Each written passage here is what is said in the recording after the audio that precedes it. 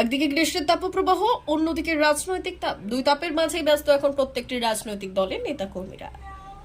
সোমবার কেশপুরে প্রচারে বেরিয়ে ১ নম্বর অঞ্চলের ওরামিতে দুপুরবেলা রাস্তায় যেতে যেতে গাড়ি থেকে নেমে আদিবাসী মহিলাদের হাত থেকে জলের মগ নিয়ে জল খেয়ে তৃষ্ণা নিবারণ করলেন ঘাটালের বিজেপি প্রার্থী হিরণ্ময় চট্টোপাধ্যায়। এরপর ১ নম্বর অঞ্চলের তুষখালী গ্রামে তৃণমূলের হাতে অত্যাচারিত বিজেপি কর্মী বিভাস রানা, পলাশ হাজারি ও মন্টু পানের বাড়িতে যান। বিভাস রানার বাবা ও মায়ের কাছ থেকে তৃণমূলের অত্যাচারের কথা শোনেন বিজেপি প্রার্থী হিরণ চট্টোপাধ্যায়। এরপর সেখান থেকে বেরিয়ে জয়পুর জয়চণ্ডী মন্দিরে পুজো দেন তিনি।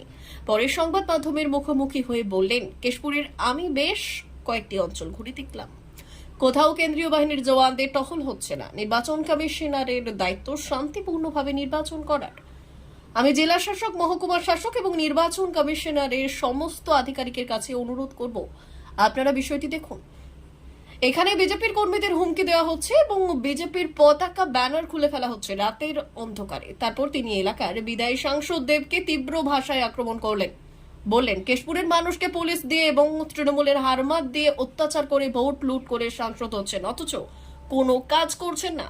সেই সঙ্গে দেবের উদ্দেশ্যে তিনি বললেন, কর্মীদের যেন বলে দেয় ভোট লুট না করতে, আর যদি কোনো ধরনের এই ঘটনা ঘটে তাহলে কেশপুরে ভোটের দিন দাঁড়িয়ে থেকে ভোট লুট রক্ষা করবেন। নেতা সাংসদ শুধু মুখে মিষ্টি কথা বলেন, আর কিভাবে অত্যাচার করে, আতঙ্ক তৈরি করে, সন্ত্রাস করে তিনি প্রত্যেকবারে বুথগুলোকে লুট করে ভোটে যেতেন। এটা আপনারা দেখছেন প্রত্যেকবারে। আর বাইরে মিষ্টি মিষ্টি কথা বলেন। গত 10 বছরে ওনার বিরুদ্ধে কেউ প্রতিবাদ করার সাহস পায়নি। গত 10 বছরে এই অভিনেতা সাংসদের বিরুদ্ধে কেউ বলেনি। আমি একা সাহস করে বলতে নেমেছি।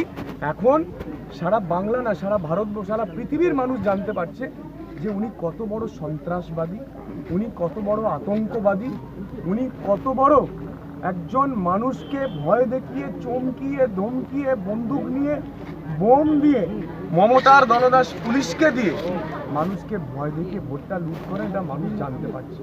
এদিন প্রচারের পর মধ্যাহ্ন ভোজন করলেন বিজেপি ১ নম্বর জেলা পরিষদের প্রার্থী মমতা মাহাতোর বাড়িতে। সারাদিন তার কর্মসূচিতে সাধারণ মানুষের উৎসাহ ছিল চোখে পড়ার মতো।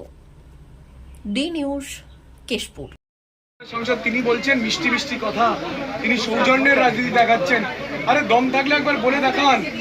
আপনি ওপেনলি আপনার কর্মীদেরকে বলুন যে সবং পিংলা কেশপুরে আপনার কর্মীরা